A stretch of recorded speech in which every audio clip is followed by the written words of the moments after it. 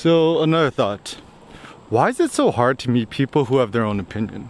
So some thoughts. First and foremost, this is in praise of America. America is great because we are certainly the most opinionated people that exist, and we're probably the least boring people in the world. Certainly Donald Trump probably wouldn't be elected in Sweden, nor would a Kanye West be born in any other country but America. And so I think we humans, we tend to like the lurid. We love the fantastical, we love the aberrant, we like the strange. And I think it's a good thing because certainly the world and society thrives via mutations, through people who are a little bit weird.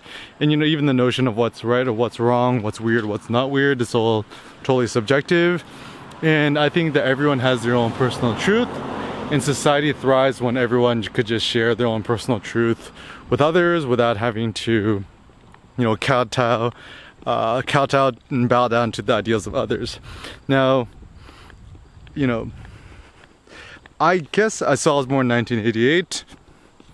Yep, I'm 32 right now. And as a consequence, I am kind of grateful that I was raised in a time in a society where, I was told I was special, I'm unique, I have interesting ideas and stuff like that. And it's actually been very, very beneficial for me because I've been able to approach my life where, I don't censor myself much. And even moving forward, my only thing in life is I want to become more uncensored as life goes on, and to become less boring and less generic.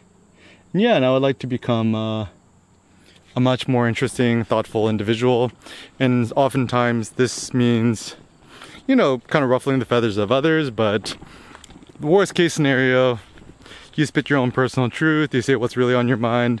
At worst, you're only gonna just kind of maybe mildly annoy other people, but at best, you could share a great thought or interesting thought that could change the course of humanity, or you could just, share a happy thought that makes your life much more interesting. My best friend Nietzsche says something like, if all of existence was existed and you existed just for the sake of one happy thought or one great thought or one joyful idea, then all of existence is worth it. And the problem is, all these sad, dissatisfied individuals in society, they feel so sad and miserable because we've been domesticated by society to become obedient herd animals, that we look at life and we feel all nihilistic. It's like, what's the point of all of it and stuff like that. And this has happened to a lot of my friends who, they get the good cush job at one of the big tech companies.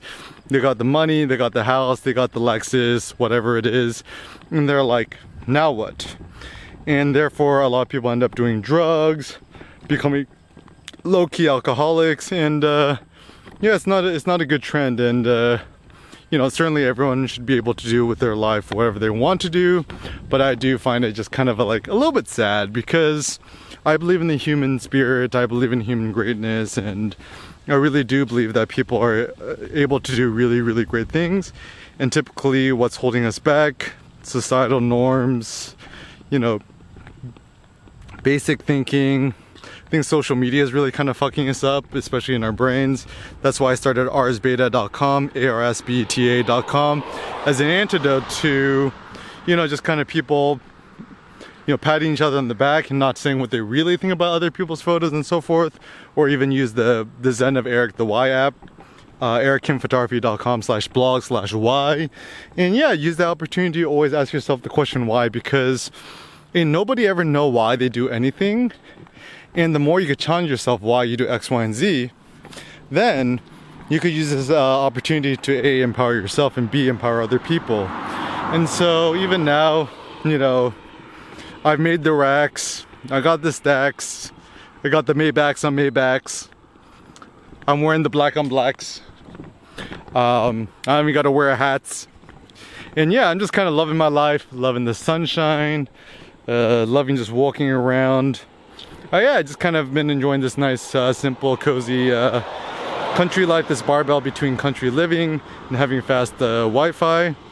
So yeah, for me, my only goal in life is to stay, you know, physically vigorous, to keep getting the gains, working out, eat more meat. I'm trying to eat 10 pounds of meat a day. I'm around like 5 to 6 pounds of meat a day. Continue my intermittent fasting, no breakfast to lunch, break my fast when the sun goes down, like Ramadan style. And yeah, just maybe use your life as an experiment to see the fullest extent of humanity and see what you're made out of.